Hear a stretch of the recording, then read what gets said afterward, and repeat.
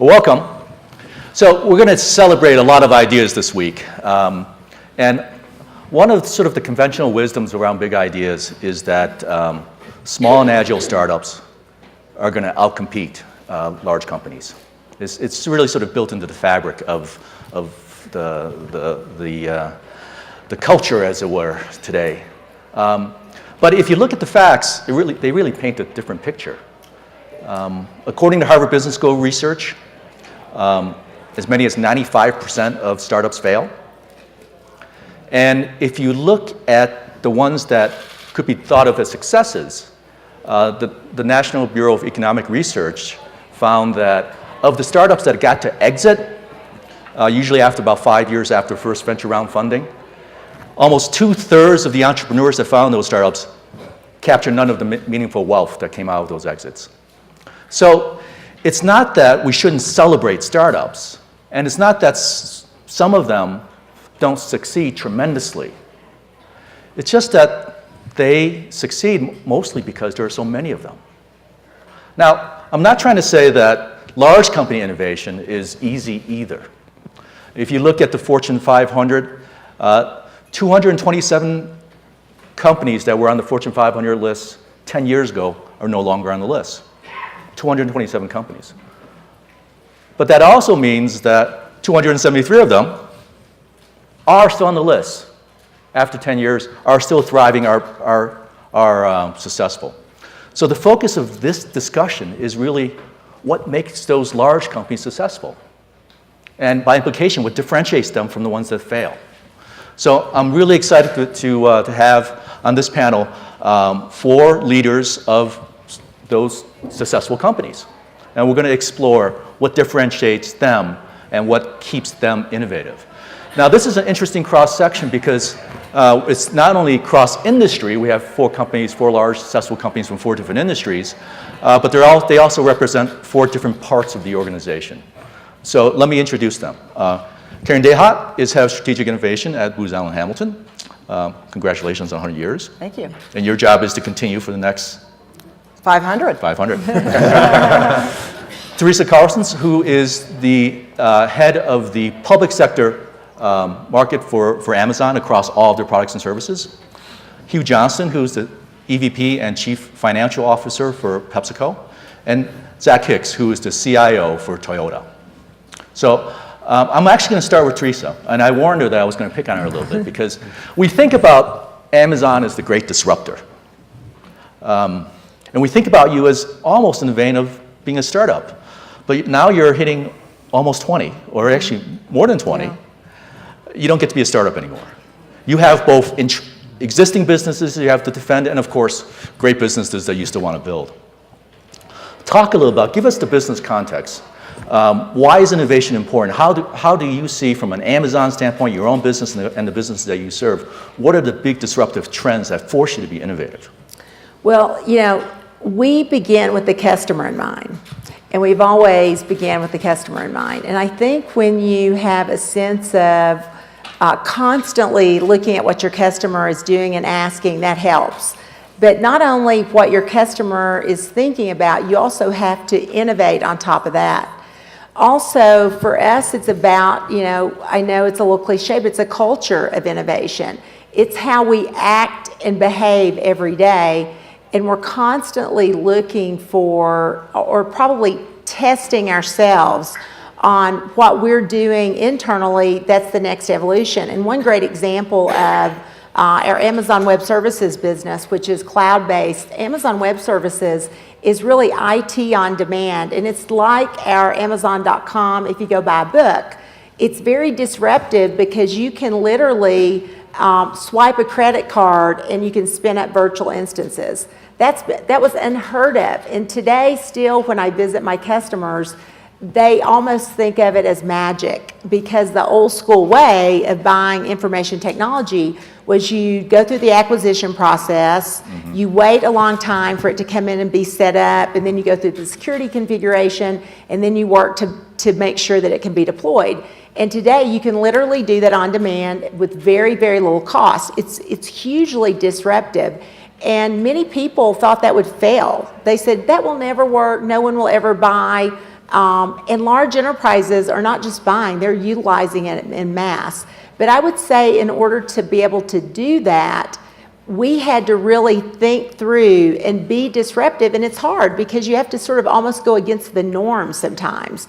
And you have to constantly be challenging each other. Are you thinking about that in the right way? Are you thinking about that differently? Because you don't want a conformist culture. You want people to sort of test you and press on these ideas to ensure that they're really sustainable, or at least you can try them and fail fast and recover from that failure. And that's fast. the situation in web services, where you're building on the platform you created for your previously core business, the retail business, and taking it to market as a service on its own. That's right. But at the same time, now you have Walmart and others coming back at your retail business. How do you juggle sort of the need to defend and continue to innovate on the core business and then also go out, reach out to new markets? Well, again, it's about having the DNA. It's part of the fabric, because we really don't spend a ton of time really figuring out what everybody else is doing.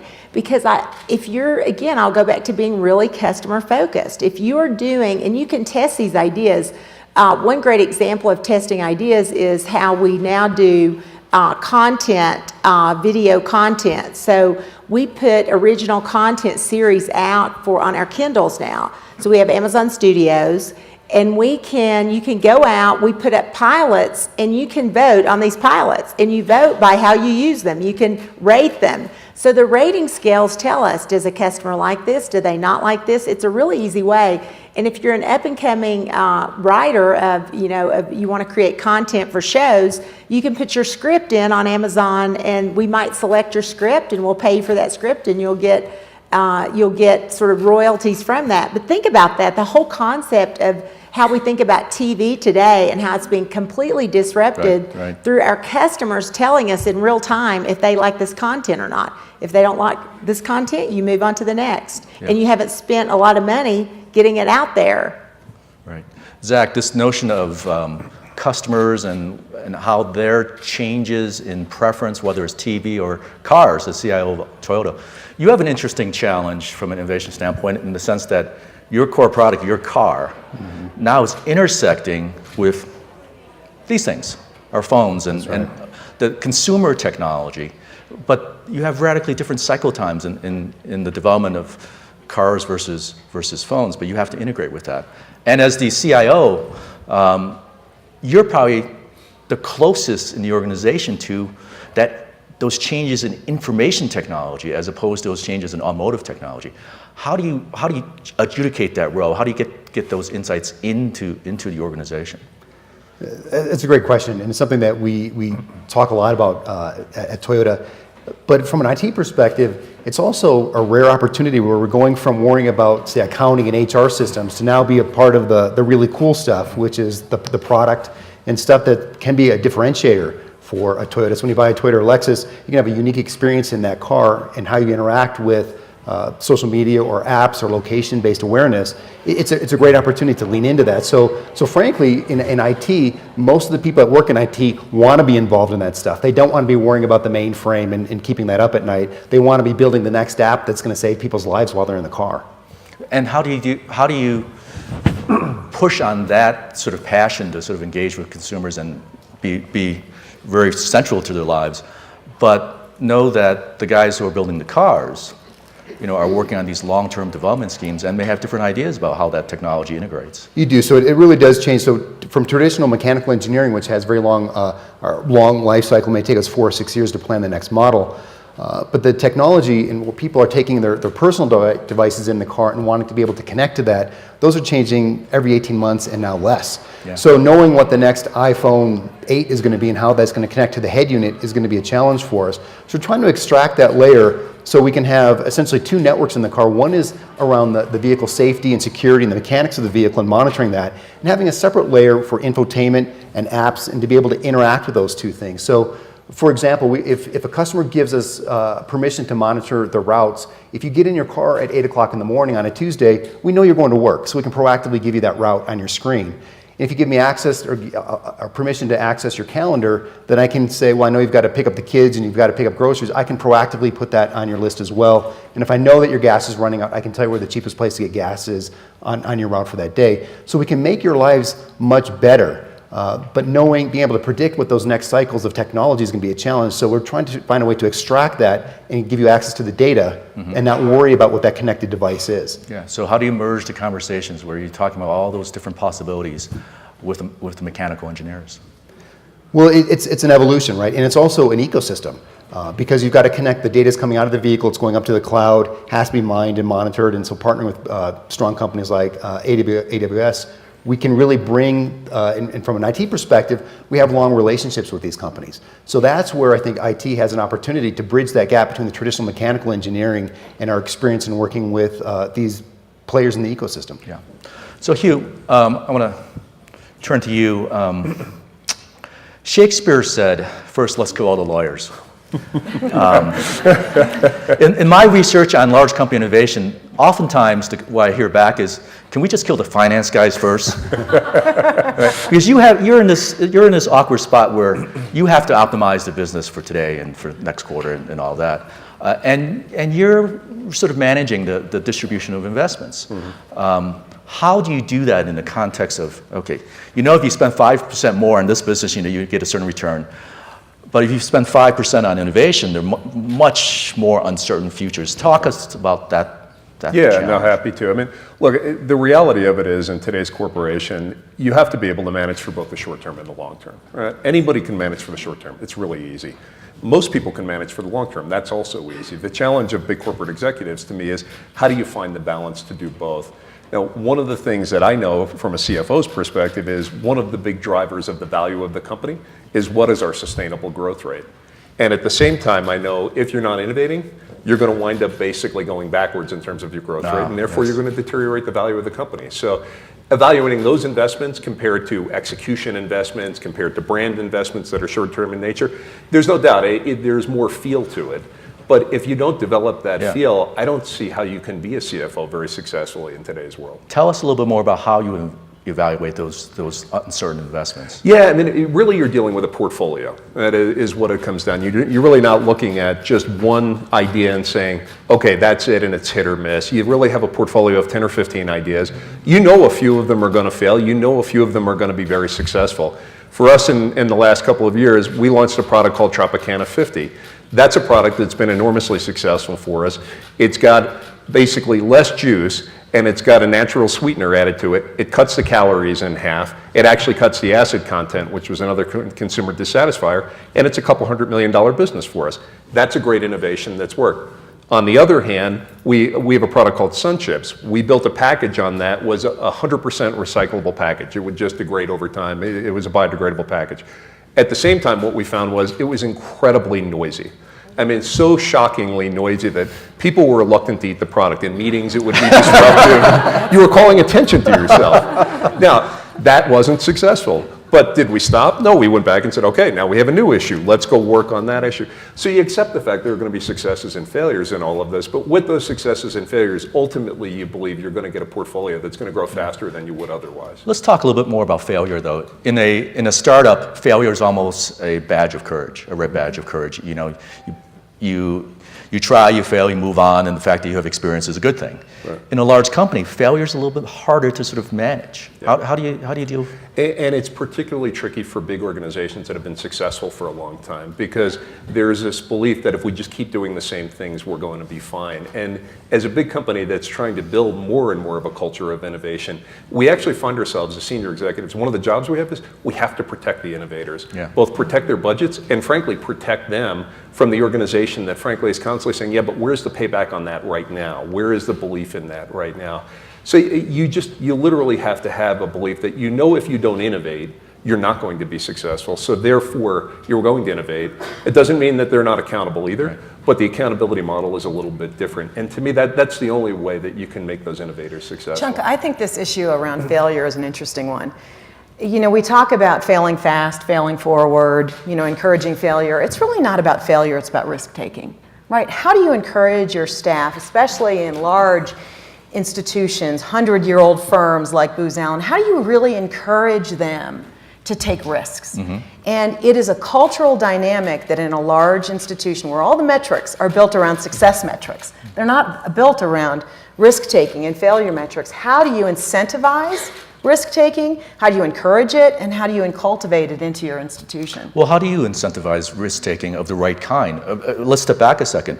What are the right risks to take and what are the wrong Who risks to knows? take? I don't think anybody knows what the right risks to take are, right? What you want to do is preserve optionality.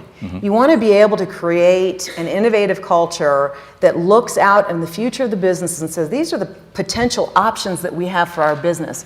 And you want to preserve those options through risk-taking, deliberate and disciplined risk-taking. It's not about just a group of people taking resources and driving those resources all across the board. It's being focused on the areas that you think you can scale, sustain, and really build upon. Let's talk a little bit more about how you do that, because you're the only person on the stage who has an explicit charter for innovation across the enterprise.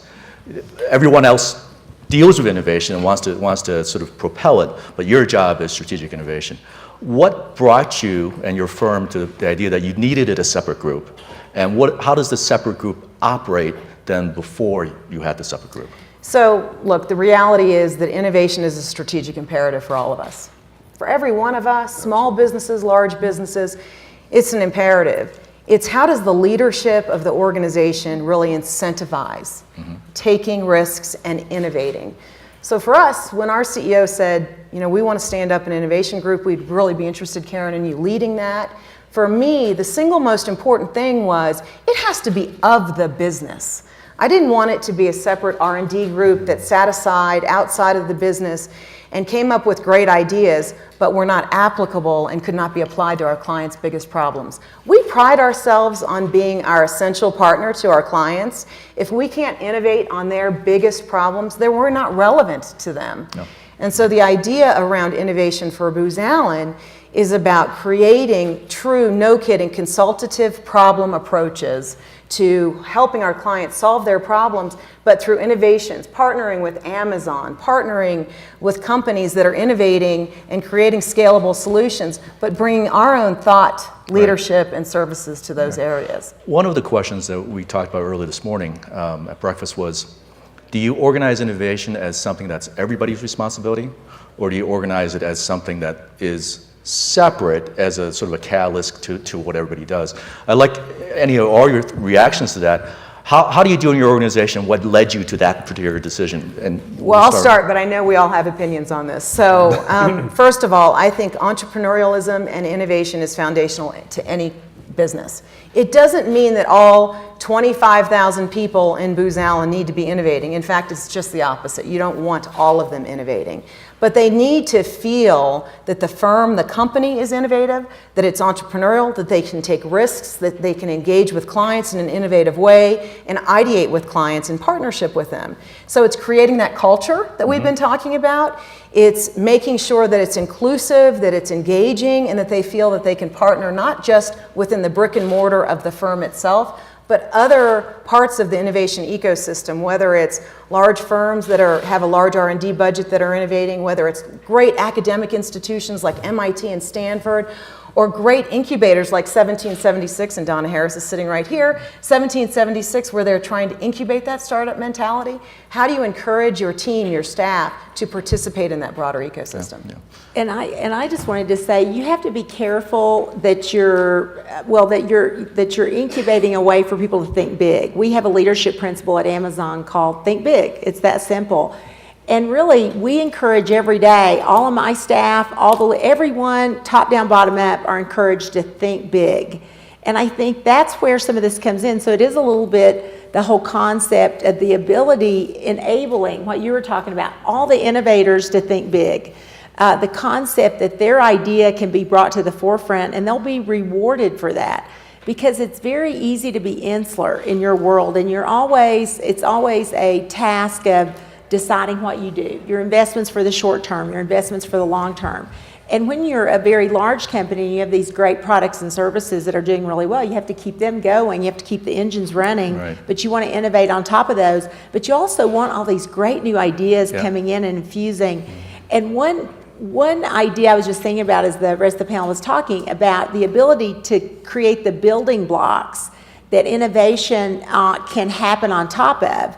And at Amazon Web Services, one of the things that we do so well is create building blocks. And startups, you were talking about startups in the introduction, 75% plus of all startups utilize AWS. And why do they do it? Because they can build their solutions very cheaply, get them to market. They're not spending all their money on IT, and they can have failures really fast and recover. And not only can they have failures fast, they can actually take the learnings and keep them.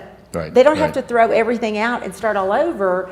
They're learning from those failures in real time, which allows you to get to market faster. And when you're a large company or a small, I think you have to look for partnerships. And technology, by the way, is a game changer for everybody, and it gets you to market faster.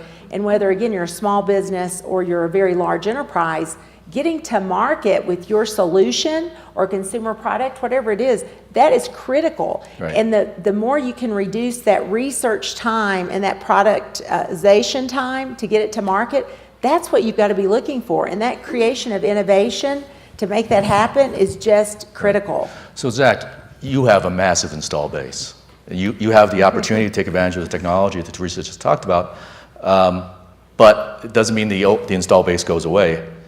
How do you think about sort of the mix of those two technological generations in the context of how you organize for innovation? Well, I think earlier in my career, when I first became the CIO, we had a big issue with our systems, and many of them were breaking down.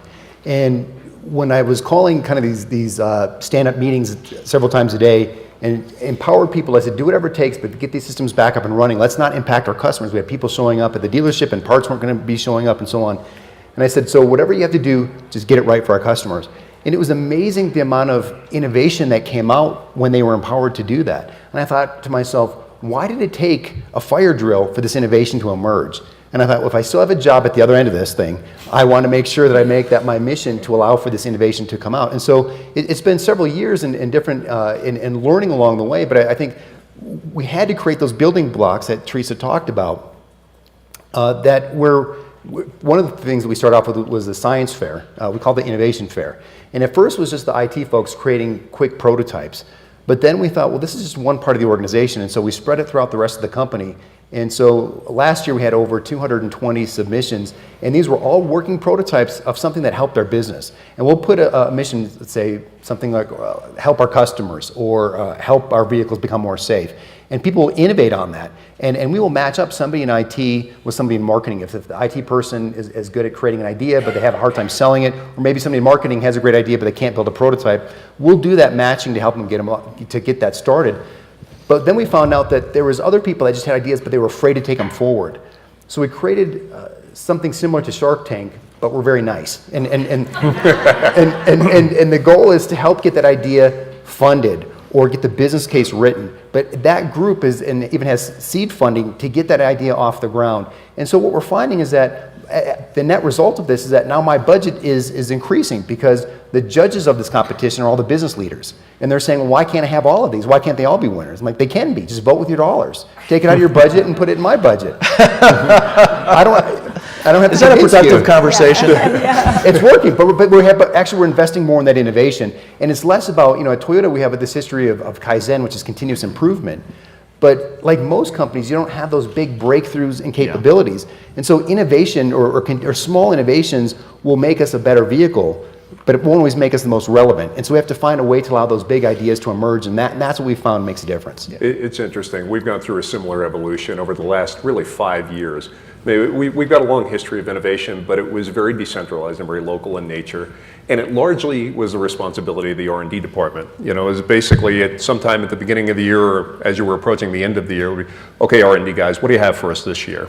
And that was kind of the innovation model, and it was fun, and it worked for a long time. But what we realized was we got the continuous improvement types of innovations, right? Put a lemon in the Pepsi or something like that. You didn't get a Tropicana 50, a really big platform that created a new business for us. So what we've been doing over the last couple of years is building a team that is more focused on longer term, partnership oriented, externally oriented type of innovation, an innovation that would truly be bigger and much more incremental, really creating new businesses for us as opposed to improving on the existing businesses. Now, two challenges in that. Number one, you don't want to lose that base incremental innovation, and you have to keep the organization responsible for that as well. And number two, as these platforms start to emerge and develop, you have to make sure they link back into the businesses. Candidly, we're still in the process of doing that. We're a lot better than we were a few years ago. We still, in my assessment, have a ways to go. But the result of it is we used to run about 5% of sales from what we defined as innovative products. We've almost doubled that over the course of the last couple of years, purely by creating this more innovative culture in the company. Not an easy thing to do, but it's something that's frankly necessary. Do you have a target in terms of the We haven't how that declared a goes? specific number, but we clearly want to get well over the double-digit line. Yeah. Do you have Yeah, I was going to comment. I think that's a great point, Hugh. And what we talked about is when you have a company that is very vertically structured, what you tend to get is just incremental or even core innovation, right? Which is your point, Exactly. the point that you guys are making. And when you create something that is horizontal across the business, our innovation group in Booz Allen is horizontal across the business and of the business, 1,800 people that are innovating with clients, not for adjacent and core innovation as much as transformational. Those transformational ideas that are really going to solve the big problems, those are hard to get at when you have a vertical structure that is incentivized that way, that is compensated that way, that is culturally assured to just drive innovation that is comfortable to them. And so, for example, when you start thinking about multidisciplinary diversity aspects of innovation, it's being able to draw upon your entire organization to drive transformational innovation from that perspective rather than within those verticals. Yeah. There's a point you brought up, Hugh, that I want to press on a little bit, but after this I want to open it up for questions. But it's the notion of how do you plug into the external environment for new ideas, new capabilities, new products, things of that sort? And how do you ensure those external things get plugged back in? Can you say a little bit more about that? And I'd love to get your other thoughts as well. Yeah, happy to. I mean, one of the big changes we went to when we moved from sort of an R&D out type of a model to a cross-functional team in type of a model was we defined a consumer framework. And the consumer framework went from an industrial definition of potato chips and colas and juices and things like that to specific moments when people tended to consume the products. Now you would think there's a million of them, but actually it surprisingly bunches up. And by starting with those big moments of consumption and saying, okay, how do our products get consumed there, and what other things get consumed in those moments? Now we can start to design products from the consumer in rather than from the R&D scientific network out. By virtue of doing that, it makes it much more relevant for the businesses because they know that there's something to go and sell there. In addition to that, we've actually restructured our strategic planning process, starting with the platform work, then leading to the business plans, then leading to the operating plans. And by virtue of doing that, we get better linkages between the pieces. Now, are we perfect at it? Yeah. No, far from it. But it's clear to everybody why they're doing it. Yeah, The and we're target is thoughtful, clear. and we are particular about what we're trying to accomplish, and everyone understands that. And as a result, we are getting better at it. But what I hear, you talking about again is the customer-facing side of this. Totally. And again, if you begin with the customer and everything from a rating system for us, where you can comment and rate something, to with Amazon Web Services, we use our forums. 90% plus of all our features, major features and functions are customer driven, all of them. And we think we know that our services are being highly consumed. And the forums, a lot of people are like, oh, I don't know if I want all that, but you're going to get it. I mean, social media, people are going to tell you anyway. Who would have ever guessed when we started the ability to comment and rate even a book, how things have changed since then. But when you listen to your customer and you begin with that in mind and then you innovate based on that, but even we have something called an Amazon Web Services Marketplace, which has categories. We just launched one for education and research. But it allows everything from an incubator company all the way through a major company like Oracle, Red Hat, Microsoft to put tools up there for software on demand that consumers, large enterprises or individuals can go in and test drive and see if they like that concept. But again, if you start and you begin to look and see what a customer will say about how they're utilizing it, how they're taking advantage of it, and through a concept like that, I've heard large enterprises say, I ended up utilizing a third tier solution for my architecture because I tried 3 quickly, and I decided through through very little cost at all, I was going to use a third tier solution, but I wouldn't have even had those available to me if it weren't for the concept of sort of the marketplace. And the beauty of that is when you're really starting customer in and all of this, you can actually get substantial price premiums. I mean, you can be so much more successful. A good example for us is we sell a 12-pack of Mountain Dew for about $3.50, $4 on average around the country.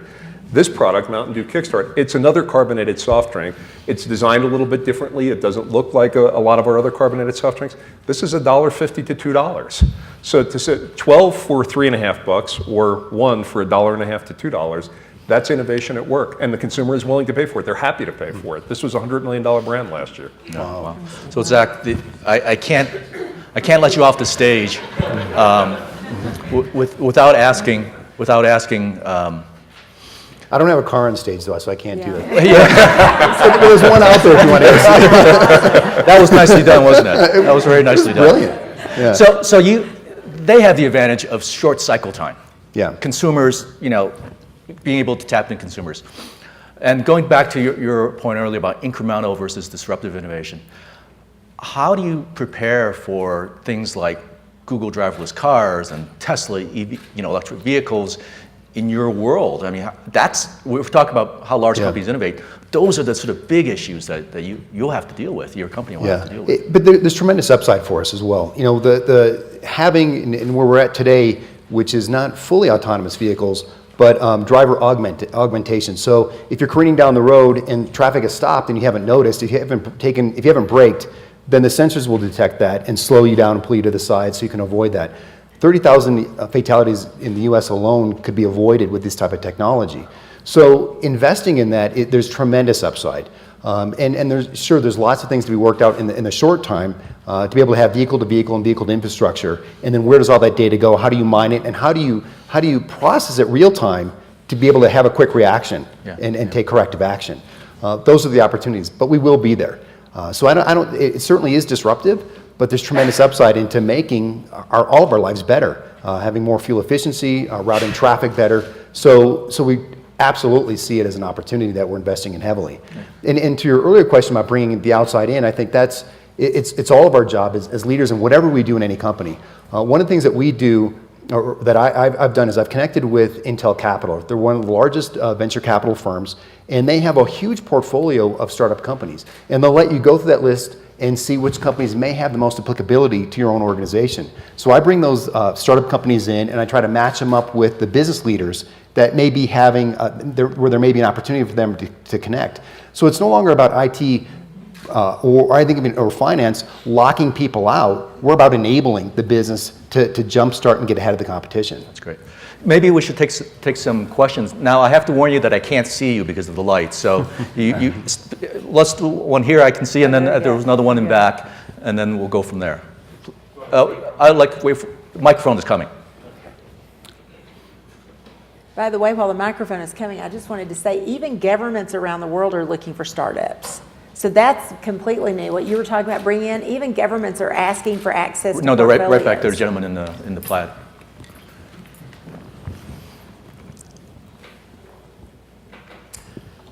I'm in the business of eyewear. 2 holes, 2 stems, yet required to be innovative. I was talking with our product team recently about my lunch a couple weeks ago at Quiznos. I go there, and when you order your sandwich and you move across that line, there are potato chips. A lot of your potato chips. Yeah. Yes, they are. In every kind of flavor. There's jalapeno, there's sour cream, there's all these kinds. I am an older guy. I grew up with a potato chip. I just want the potato chip. So are we sometimes overdoing this search for innovation and something new and abandoning that which a consumer still loves? I'll speak to that one specifically. I'm an older guy too. And the fact is, while you and I are part of the consumer space, there's lots of people out there who want lots of different flavors and lots of different types of products. Now, if we didn't have any potato chips out there, that's an execution problem. And if you can tell me the store number, I'll make sure we get them there next time. But the fact is, There is interest in a broader set of flavors, and frankly, what we do is we really reflect what's happening in the U.S. As the U.S. becomes more diverse, as the consumer base becomes more diverse, you're going to see more and more interesting flavors because, frankly, food is the ultimate local thing, and as the U.S. reflects a lot of other countries, you're going to see a lot of things from other countries coming here. And by the way, from a large company innovation standpoint, you're one of the biggest problems, right? Because you're a great customer who doesn't want to change. And if they listen to just you, they lose those other markets, don't they? He's a customer. He's not a problem at all. I love That was a good answer. Good for you. Question over here. Good afternoon. Thank you for sharing your insights and observations with us. I'm intrigued by some of the distinctions you all are drawing between the scope and scale of innovation, incremental versus disruptive, and how that manifests in a large organization versus a small. But I wonder if you would reflect, please, on how an innovation toolkit and the attempts to build a culture look differently in a largely product-oriented firm versus a service-oriented firm. And I was struck by something, Teresa, you said in terms of the real-time cycle of consumer feedback that translates into data that helps your decision-making. And Karen, you mentioned a consultative problem-solving process with your clients. If you could just expand on that and talk about the toolkit, please, as a difference between product and services firms. Thank you. I'll start maybe, and then I know Teresa and I have talked a lot about this. If you think about innovation as a service, right, you're sort of highlighting this issue of innovation as a service and how do companies, small or large, really create a culture to innovate. There is very little distinction today between a services company and a product company. They are blending and merging into one. If you think about a continuum, you have a services company that provides talent and insight and intellect, all the way to a product company that develops something that really provides a service. Those two things, when merged together, create what I'll call solutions. And I think while all of us are different, whether it's a product-focused or services-focused company, it is the blending of products and services that make what we do extraordinary. And so I'll give you the example with, we partner with Amazon. And they are a great technology firm that is providing scalable and sustainable solutions to clients. They need a services company like ours, a strategy and consulting firm like us, to bring those two things together, the product and the service, in order to be able to transform a business for a client. Today, it's very hard to differentiate between a product company and a services company. They're very much blended. And in fact, that's a great question. In fact, we've had this conversation a lot. We call our tools cloud services. And in fact, my entire sales force, I don't call them sales, I call them customer-facing service reps. But we do, groups, Booz Allen Hamilton is a great example. They've been doing this for 100 years. We provide innovative tools, but still, at the end of the day, there is really got to be a group that understands how to go in with these large enterprises especially and help them make that cultural shift. And when I go around the world and talk to governments around the world, I talk about a 6-step process that even large governments are going through to make this disruptive shift to cloud computing, which it's just that. It's so disruptive. But you still need a Booz Allen Hamilton to come in and say, let's talk about organizationally how you make that shift, because you have different job classifications. You have big data scientists now. You have sysadmins. You're going from a DevOps model. I mean, you're completely transforming how you're doing things. So it really is a blend. If I think sort of the technologies with a group that can allow you to get there from a process perspective. Yeah, and I think I'd also add to Karen's point about everything is connected now. So whether it's now your watch or your vehicle or your refrigerator, they're all connected to the internet. And so now what was once a product and a one-time transaction, it's now an ongoing service and relationship. Because you have the data flowing, you have to deal with it. But I do think your point is right. There's a level of investment that has to come with every type of innovation. And actually, interestingly enough, we've sort of patterned ourselves here in terms of lowest up to the highest in terms of the investment. To me, the trick on all of that is, how do you do some prototyping? How do you do some things quickly before you have to make the big investment? Because the more you have to make, ultimately, the more you want to be sure before you make that big investment. My friend Gordon Bell, who was the engineer of the VAX, has a saying: "It's a demo is worth 1,000 pages of a business plan." Absolutely. You got to get there as quickly as you That's so can. key. Let's go to a question in back, and then we'll come down here. There's a gentleman sort of midway there, and then here. I'm really intrigued with you just brought up the idea of even being able to port this concept into government. So you are alluding to conditions that need to be in place before you can begin to think about baking innovation into a culture. If Booz Allen was hired by the U.S. Congress to try to become innovative. Are you asking me this Yes. or Chunka? So say you're hired, massively profitable contract, and they want you to come in and fix it. Is From it the US intractable? Congress? Is it intractable, or could you actually put the conditions in place you think are needed for that situation? I think that all of our clients have an appetite to change and to transform. It is whether the Congress or any of our clients have the cultural dimensions to make it sustainable. And so from our perspective, we enter into any client, whether it's the VA and the incredible challenges they're facing today, to the US Army and the challenges they're facing with wounded warriors returning to the country. There is an appetite for change, and what we have to do with them, in partnership with them, is to create the culture in their organization in order to allow that change to take place, to take root, and to be sustainable. So my opinion is, absolutely, bring us in. We're going to help you. We're going to create a strategy for you, and by the way, we're going to help you implement that strategy. But keep in mind, as Peter Drucker says, culture eats strategy for breakfast. Absolutely. Yeah. So, and you also said culture is sort of like countries. You know, you have to work with what you have. Now it can shift, but it shifts slowly. How about a question right here, gentlemen? And then after that, down here, and then we'll jump back into the middle. Innovators are people too, and there's a talent dimension to all of this. And when you read the stories about people who've created transformational innovation, whether it's as a startup or in a company, it takes a special kind of person to want to take the risk, to want to be able to do that. How do your companies approach the notion of both attracting and retaining those kinds of people? So since that's Booz Allen's president and chief operating officer, I'm not going to answer that question.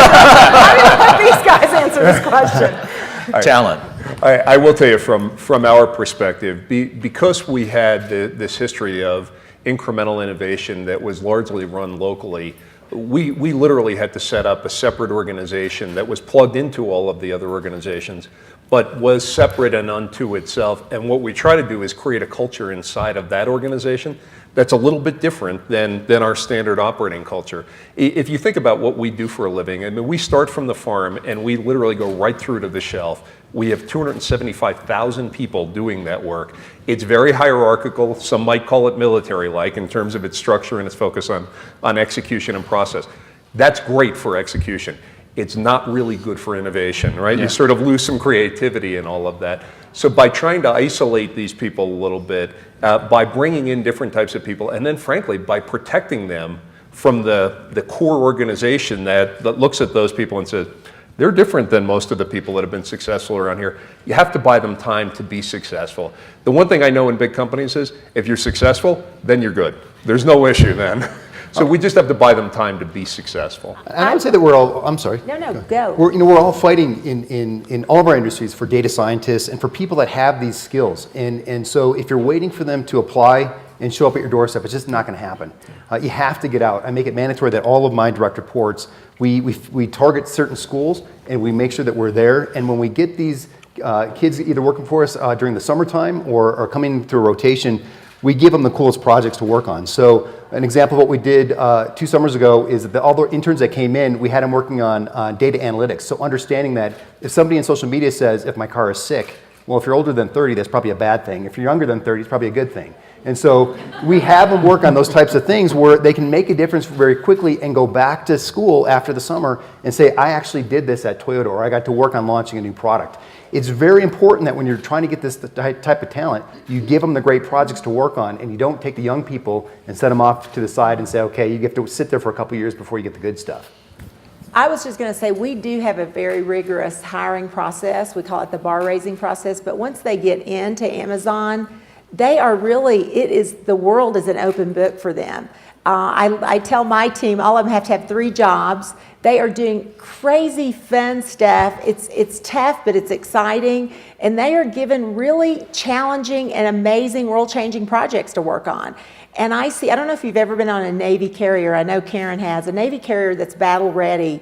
When you go out there, everyone has a job, and they're all doing it, and they're moving in conjunction with it. It's amazing. And I think of us sometimes like a Navy carrier. Everybody is out there, and they're on go, and they know what they're doing, yet they're innovating and really driving. And it's really fun.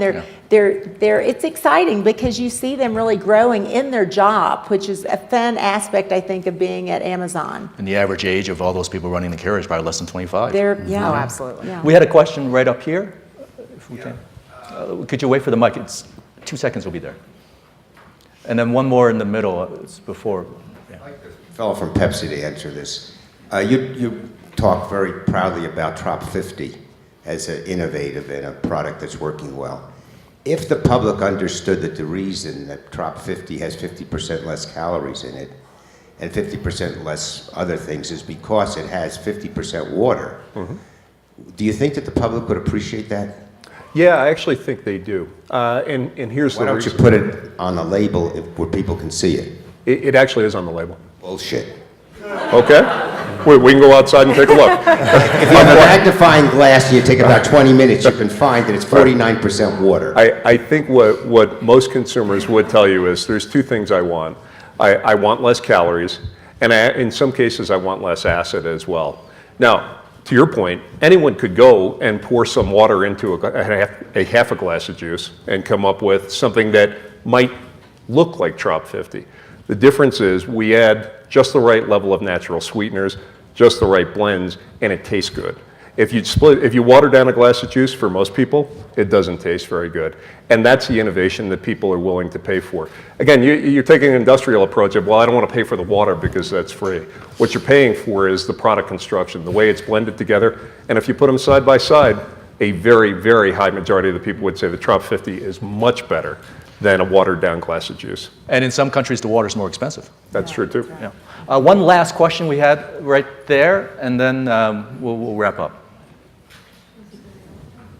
Hi, thanks so much for all of your insight. I know that you're all leveraging big data. Could you comment more on how big data is affecting the evolution of your culture and what you're doing to apply it not only to your solutions, but also internally in your own organizations as you're evolving your organizations?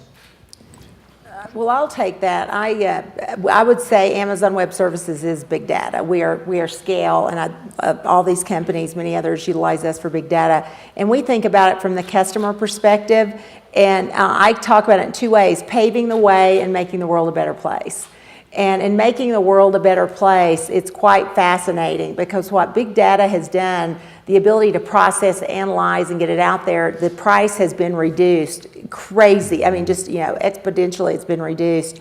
And what's happening is, I'll give you one example. Researchers are utilizing now the approach of big data to come together in both in genomics, pharmaceuticals, especially in evidence-based medicine. They're taking big data in a way so they can share the research. There's something called an executable white paper today. If you think about the old school way of producing a white paper for a researcher, they would do their research, they would put it out there. Today, it's actually a digital document with hot links, active links in it. So one researcher can go into the cloud, they can do all their computations, their algorithms, they write their white paper, they put in the active hot links.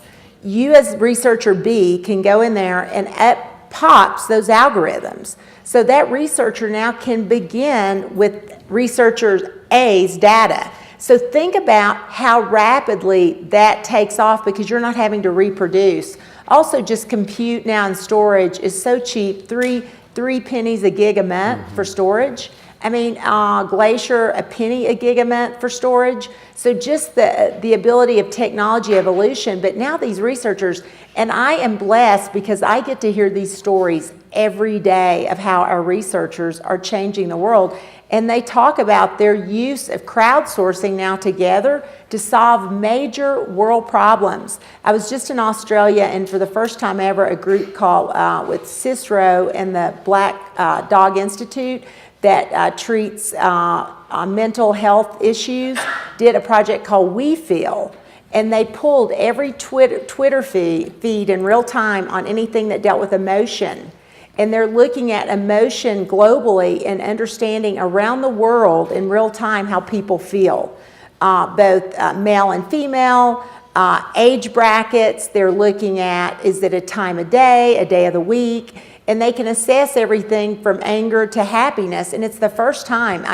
I was shocked at how much media this got, because it's sort of phase one in a project of really taking social media and determining from a global scale, how do you look at mental health issues globally, and can we begin to do something about that? Again, just step one. It's just amazing opportunities in decision making and real time. analysis. Yes, real time. We have about 5 minutes left, and I want to make sure to give you guys the opportunity for the last word. So think about large company innovation, not from your standpoint, but synthesizing the lessons you learned from your company. What's the one piece of advice that you would share with the audience? Let's start with you, Zach. From my perspective, I think that it's not one group or one person's responsibility for innovation. I think it's everybody's opportunity. And I also think it's not, there's no one silver bullet when it comes to innovation, is that you have to have many foundational elements and paths. You know, we talked earlier that all of our companies are designed around solving or designed around product lines or solving yesterday's problems. And most of the opportunities don't exist within those natural silos. The opportunities exist across the horizontal line. And so our job as leaders is to find ways to let those glimmers of opportunity emerge and foster them and let them come to the top. And it's not a one group group off to the side. I think maybe that's where you may want to bring in Karen to help think about that from a perspective, a corporate perspective. How do we operationalize this and not make it a one-off thing? Yeah, from my perspective, it's really two things. Number one, it's got to come from the top. If the leader isn't driving it down, the organization's not going to believe that you're serious about innovation. And then number two, as you bring in people who are really creative and good at innovation, and to your point, work on cross-functional teams really effectively, you have to protect them. You have to give them the time to be successful, because it's not as rapid a payback as some of the other activities inside the business, but ultimately, it's a more sustaining payback. I agree with both of those, in addition to just having the whole cultural idea of think big. It's got to be throughout the organization. And I love the concept of the Shark Tank. Really create an environment where people can bring ideas and take them seriously, because you don't want intellectual capital walking out of your corporation. You want to embrace it and make sure, again, that they have this forum to bring ideas, that someone's really looking at those ideas and taking them seriously, no matter if it's an innovation from an automobile to a drink product to a chip. I mean, if someone has a good idea, you want to be able to listen to it and think about it, seriously. I'll build on all of that and just say that from my perspective, it's all about encouraging risk-taking. You do not get to be 100 years old by failing a lot. You get to be 100 years old by doing things really, really well. And so if you can take a company and encourage your team at all levels to take risks. So I actually went as far as passing out to my entire team, 1,800 people across the firm, get out of jail free cards to encourage risk-taking. I said, go try something, go do something, take this card, and if you fail miserably, if you get the firm in trouble, bring me this card. I've had several people come in and ask me for 5 or 10 more of those cards. So I'm not worried about that. But we also have the combustion chamber, which, much like what these guys have already talked about, is this idea of the Shark Tank. People are afraid to put their ideas forward in a large firm because they're afraid they're going to be ridiculed for it. We've put together the combustion chamber and the garage, an idea that they can bring their ideas forward and they can play around with them in public with the executives in the firm and see if there's a reality to it. So encourage risk-taking. And get out of jail free cards. Yeah. Works too. Use the cloud, it's cheap. Exactly. It may be worthwhile to have a little asterisk on the bottom that says, don't break laws of physics, don't break laws of the country. But other than that, I think that's a great idea. Yeah. That's part of the employment agreement, so they're okay with that. Well, thank everybody. Please join me in thanking the panelists for their ideas. Thank you.